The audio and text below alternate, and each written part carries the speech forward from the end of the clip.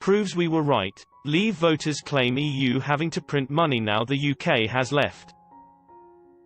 Brexit Leave voters have rejoiced at the UK leaving the European Union after Eurozone inflation soared to a record high. Inflation surged to 7.5% in March for countries within the Eurozone, sparking fury against the European Central Bank, ECB, as it seeks to fight spiraling prices without hurting growth.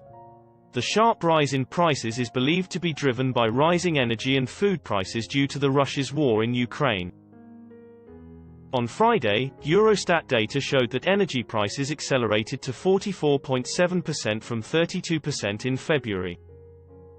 Out of all member states, inflation was the highest in Lithuania at 15.6%, and the Netherlands wasn't far behind with 11.9% inflation.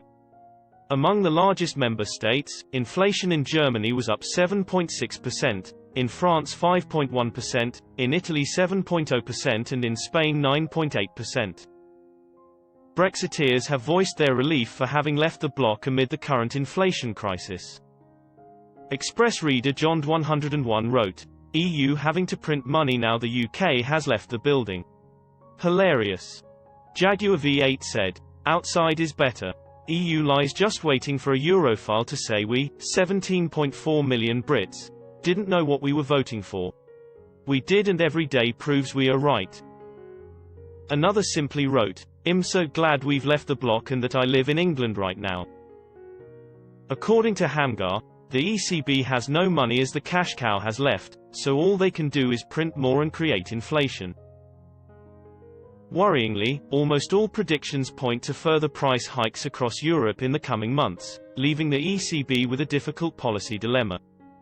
The bank's main task is to get inflation to 2%, but tightening policy now would risk crashing an economy already struggling from the fallout of Russia's war in Ukraine and the lingering impact of the pandemic.